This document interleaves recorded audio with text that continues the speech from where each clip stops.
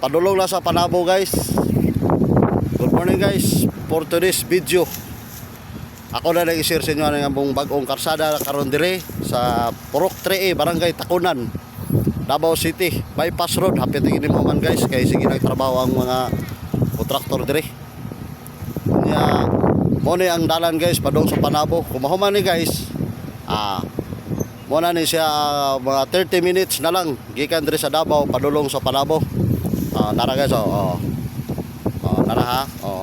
Muna ang tulay nga gihimo. Diha nami mo agi sunod guys. Diha nami mo agi sa sunod. Tulaya diha. Nara partiran dalian ni mahumani basta pila ra kadlaw.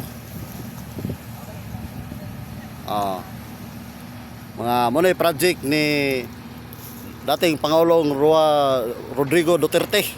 Nara ano siya, bypass road. Ano yung bypass road guys. Ano yung mga sakyanan sa kontraktor guys. Nara muna ang sakyanan sa mga kontraktor. Nara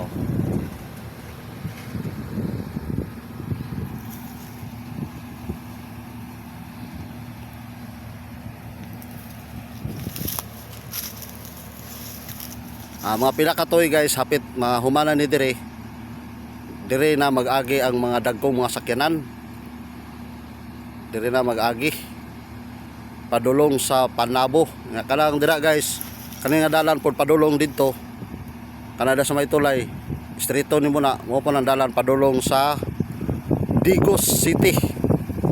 Tara, Digos City. Amo na akong service guys, bao-bao. Babao rin taon kay wa may lain.